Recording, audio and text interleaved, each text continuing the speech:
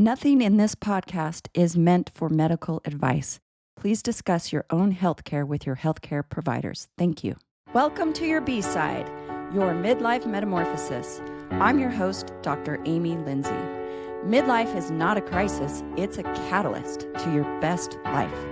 Join me each week for a dose of mental, physical, and spiritual health, life, grief, adventure, and opportunity. It's time to flip the record over. Welcome to your B-side, Midlife Metamorphosis, with me, your host, Dr. Amy Lindsey.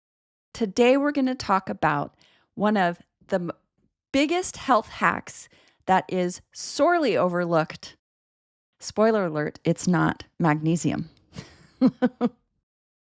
So today, we're going to talk about creativity as a pillar of health. We were meant to be creative beings. Our brains are neurobiologically wired to be creative. As human beings, that's one of our strongest attributes as a human being, is to be creative. And here's what happens. When we don't have a creative outlet, our creative outlet can be worry. I'm going to say that again. When we don't have a creative outlet, our creative outlet can be worry. When we are worrying, we are giving our brain something to do. Yeah? And it feels like we're doing something. And we're often not doing something. But our brain is over responsive to the world around us and in our inner world. It is being creative. And what I say is to take that energy that would normally be spent on rumination, anxiety, and worry, and put that into a creative outlet of some sort. Now, let's be clear. I am not saying that living a creative life is a cure for anxiety, but it will help palliate that anxiety. It will help calm the nervous system. Because often in our society, we are high stressed. We have chronic stress. We are faced with life coming at us in all directions. We have grief. We have politics. We have the state of our relationships or our partnerships, where if you're a parent, you're raising kids, and especially in midlife, it almost feels like life can be too much. And here's what I'm going to say. Start making things. Start being creative. Start a process at midlife right now where you have a creative outlet. Now, you might not think that you're an artist, and I'm going to say I believe that you are. I'm giving you permission to now be an artist. And I want all of us to take creativity seriously and also take it not so seriously, right? But take it as serious as you would any other health hack in your life.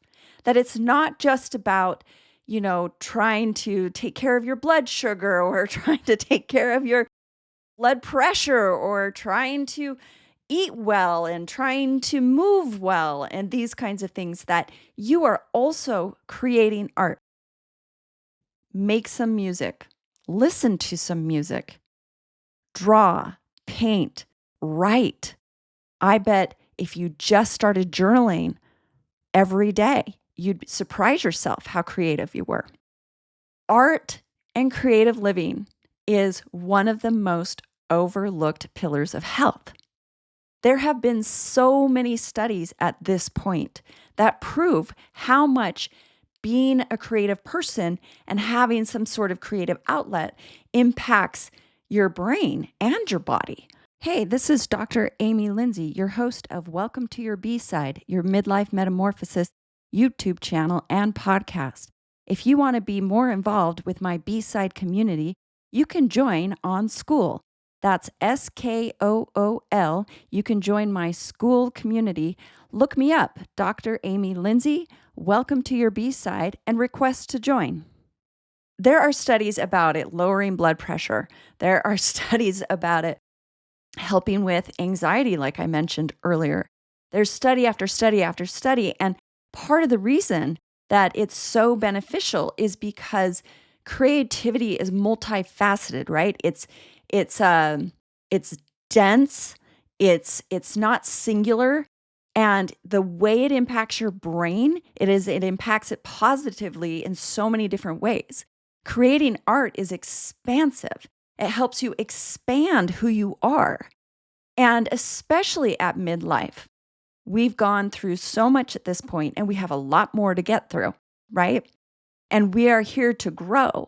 And one of the best things that you can do for yourself, your life, and your health is to take some of the pain that you've suffered, some of the trauma that you've suffered, some of the grief that you've had, and turn it into art. We talked a little bit about this on my grief episode a few episodes ago. But to alchemize some of that pain and to create with it is one of the healthiest things that you can do, because otherwise it lives stagnant in our bodies. And what we need is it to be fully expressed out into the world. When we create any kind of piece of art, not only are we doing self-healing, but when we put it out into the world and share it even with one person, we create healing in that other person. So I'm going to tell you a little story. I have debilitating stage fright, or at least that's the story I've been telling myself, right?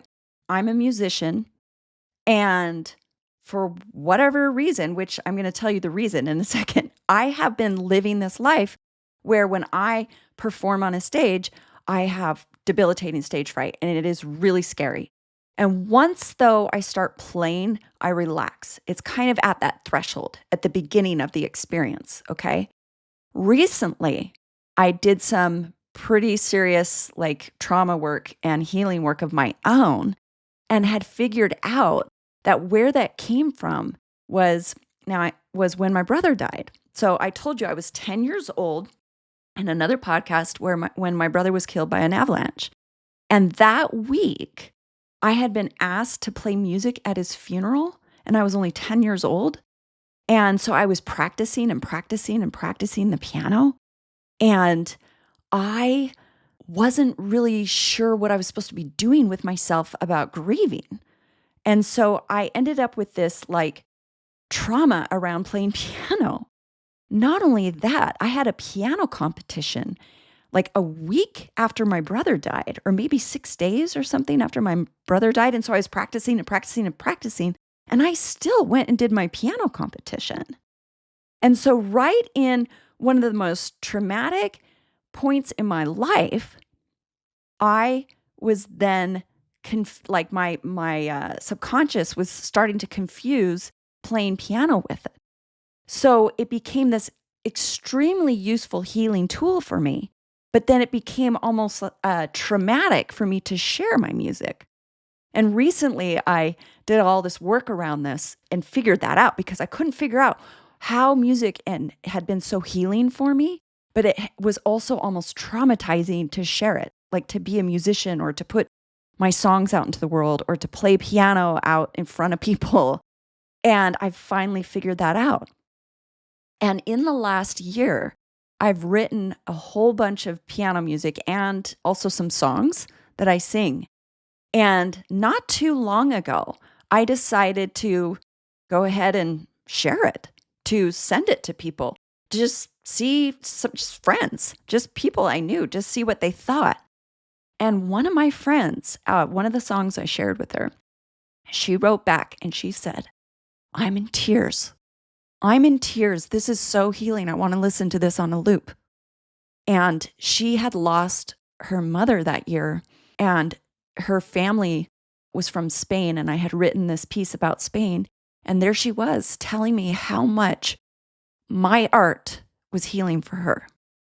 And so I implore all of us that we don't know how powerful our own artistic and creative voices are until we try. And the experience I had writing that song was extremely healing for me.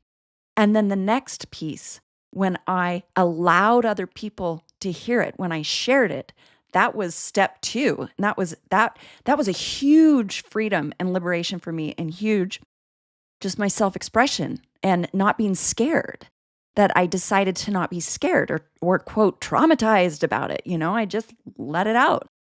And then to have that feedback come back that another human being was so touched and healed in part by it is so powerful. So let's talk about this a little bit. So what comes up for people is that they tell themselves they're not artists, or they tell themselves they're not creative, but I'm telling you, it's innate. Our brains are wired for creativity. When you start to look around yourself, you can see it everywhere. And part of it is in problem solving, right? We have to get creative to solve problems. So when you start there, you're being creative every day. I promise you, you are. And what if you could start being creative in some form of art that calls to you? I tell people to think about things they used to love to do when they were younger, or maybe a dream that they had when they were younger. And why not at midlife to just go for it? We don't know, tomorrow is not promised. We do know that, but let's just say this really is the second half of our life. Let's just say, let's suspend disbelief that we could control it for 1 second. And what if we do flip that record over to our B side? And our B side is now that we are a creative being. And let's just say, if you're 50 right now, you have 50 more years. So now you have 50 more years to not only learn something about a creative endeavor, learn a skill. You could learn piano. You could learn to write. You could learn to write fiction. You could paint. You could draw. You could DJ. Maybe you're not into songwriting yourself, but maybe you like putting playlists together. You can start putting playlists together and sending them to people, as a part of your self-expression. Whatever it is, let you have years and years and years that you can live that creative life. And it's a huge part of your health. Huge part. The other thing I want to say is that a lot of the reason that we end up in so much chronic stress is from self-betrayal. So that might be like, what is she doing? What kind of left turn did I just take here? It's related, I swear. So the first half of our life, our A side, we are hardwired to follow status quo, right? Often this comes with self-betrayal. We are being someone we think we're supposed to be, not who we are. We are doing things we think we're supposed to be doing, not what we want to. And if you have any sort of codependency or any sort of trauma in your life, you might be in a people-pleasing pattern in many of your relationships. Can be with your romantic partnerships, can be with your job. But you're in this pattern of self-betrayal. And one of the best ways, and self-betrayal gives a lot of stress, chronic stress, just running right beneath the surface at all times when you're in a pattern of self-betrayal. And living a creative life and prescribing yourself to create art and beauty in this world is one of the quickest ways to get out of self-betrayal and into self-trust, into confidence, and into self-expression. When you decide that you're an artist, when you decide that you are a creative being and that you have something to create inside of yourself, and you take that first step away from fear, you then start to build that self-confidence. You then start to build that self-trust. And the self-trust and the self-confidence then really, really minimize the stress in your life. Think about it. The moment you declare that you're an artist, and the moment you start trusting yourself to be a creative being, just one little step at a time, the more you are building self-confidence, and the more you are decreasing your stress and your worry and your anxiety. That is the strength that you can build when you're doing creative work. Creativity is how our soul speaks to the world. When we are being a creative person, we are allowing that other part of us, not just our mental health and our physical health, which are also very positively impacted by creativity, but we are allowing our soul to speak, the part of us we can't always put our finger on. That's why poetry makes us feel things, because we can't even quite understand logically why we feel what we feel when we read poetry that is so impactful, or when we hear a song. It resonates, it literally vibrates inside of our being in a way you can't explain. And as you know, I strongly believe that soul work is the most important work, especially at midlife. So, again, the most overlooked pillar of health is your creativity. And I strongly encourage all of you to find your inner artist, find something you love to do, and just do a little bit every day, just like you would any other part of your health routine. This is Dr. Amy Lindsey. Welcome to your B-Side. This has been another episode of Welcome to your B-Side, your midlife metamorphosis with Dr. Amy Lindsey. Be sure to follow along and subscribe wherever you get your podcasts. See you next time.